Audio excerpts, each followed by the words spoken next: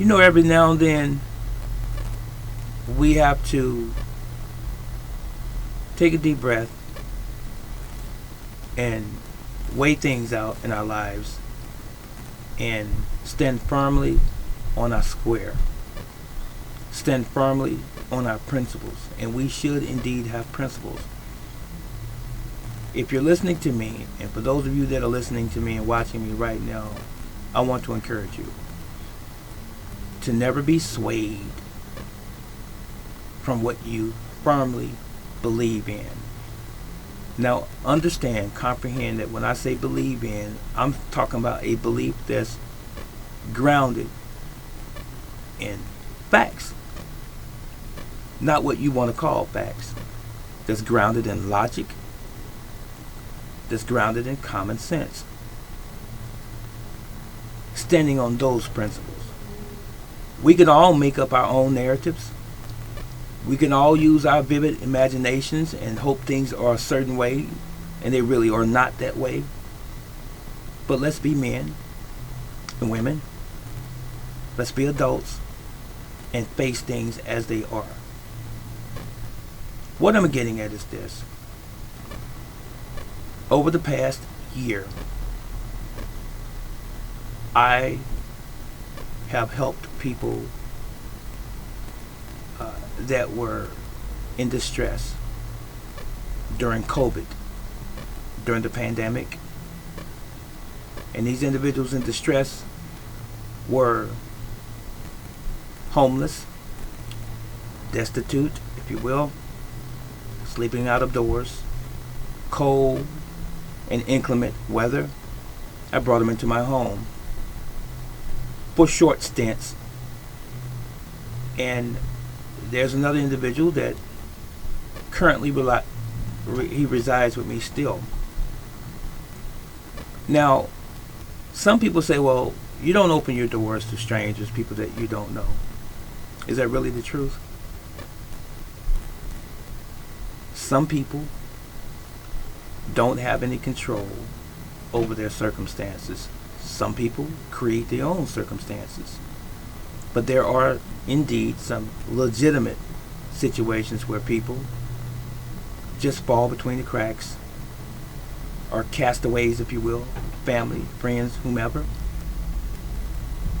And those of us who have a conscience try to reach out and help. And I've done that. It's not the first time this past year. All my life, for the most part, my adult life. But more recently this past year, COVID. Now, I have one individual that has a problem with drinking, amongst other things. And I took them in, and I'm not beating up on them. I'm not going to mention their name. It's not important. I'm talking about principles. Now, it's been with me for a while now, and I've decided that it's not good for us to be together in the same home. And he seems to be detached from reality to a great degree. And the alcoholism, if you will, and I do call it alcoholism, because if I smell alcohol on you every other day, or I see paraphernalia, cans and bottles,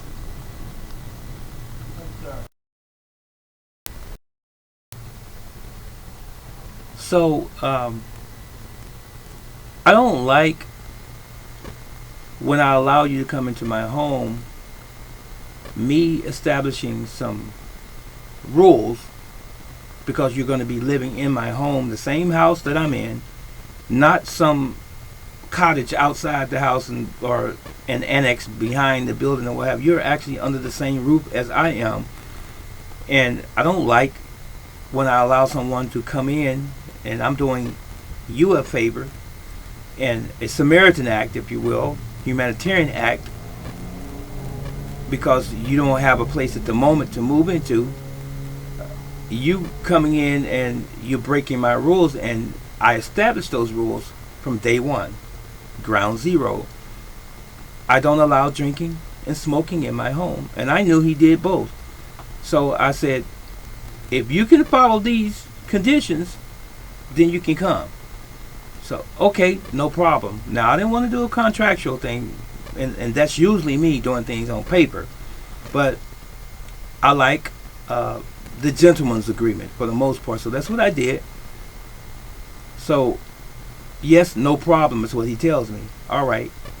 A couple months later, I find a beer container in my home that's been expended or drank, if you will. And I mention it. Okay. Then later on, I found another beer container, empty. So I remind this individual. Anyway, fast forwarding to today, over several months, I have kept tolerating these, for lack of an expression or a better expression, a way of putting this disingenuous behavior where this person goes against my principles. I've never smoked, never drank, never done drugs, and I don't allow it in my home, in my dwelling. That's my place. That's my home. That's my castle, as it were. And I'm not going to allow any stranger, family member, or whomever to come into my home and unsettle my rest and or my peace. So it's come to bear, along with some other issues, but that's the worst. When I leave to go to work, and this gentleman is not at work, and he's at home on his off day or what have you, I find out that he's been smoking in my home and drinking in my home and so forth, and he keeps giving me excuses. He's stressed out from his job and so on and so forth, as if I never said anything to him at all. So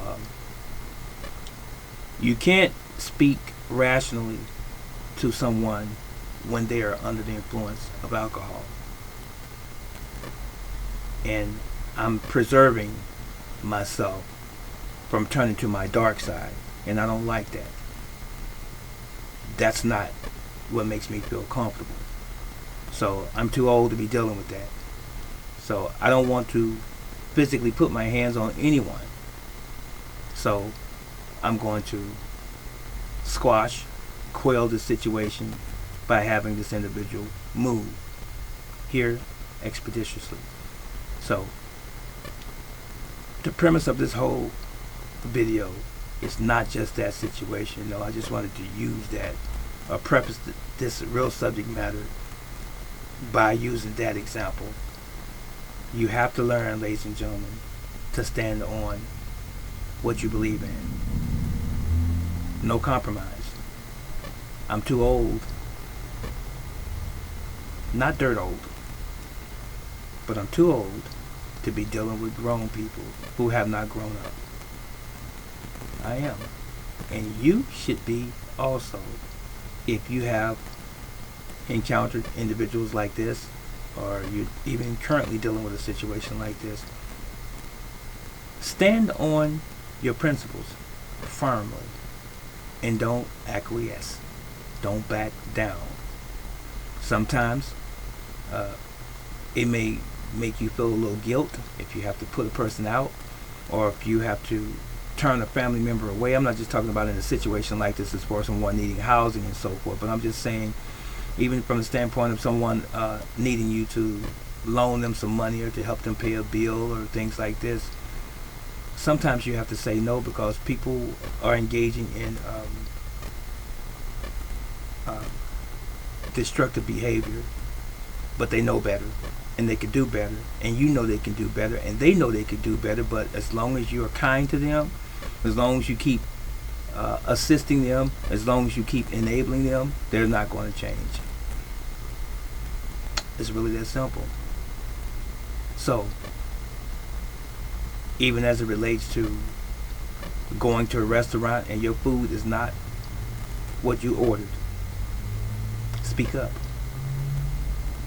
respectfully as an adult, but firmly.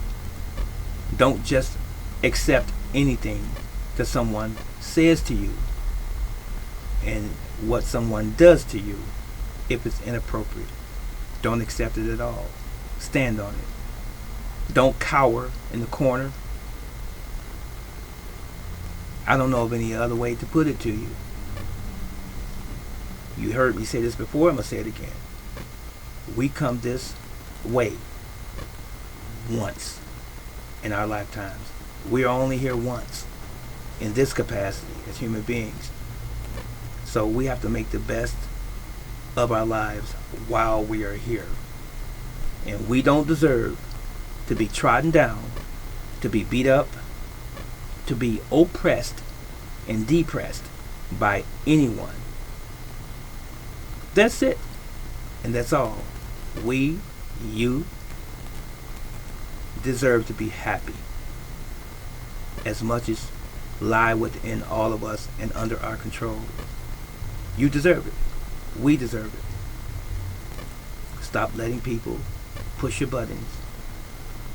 Stop letting people trigger you. And this is a good point on the Chris Rock Will Smith issue. Will Smith should have had better control of himself. I was not there in his home. A lot of things have been going on with him and his family from what I gathered. That's not my issue, my fault, or anyone else's. That's between him and his family. But whatever he was dealing with did not give him a right to leave his seat and walk up on stage and assault Chris Rock. That should have never happened. And anything within reason in terms of penalty that can be imposed upon him, it should happen to make an example so that people in the future are not so eager or apt to do the same thing. That's it. And that's all. Tell me what you think. We'll see you next time. So long.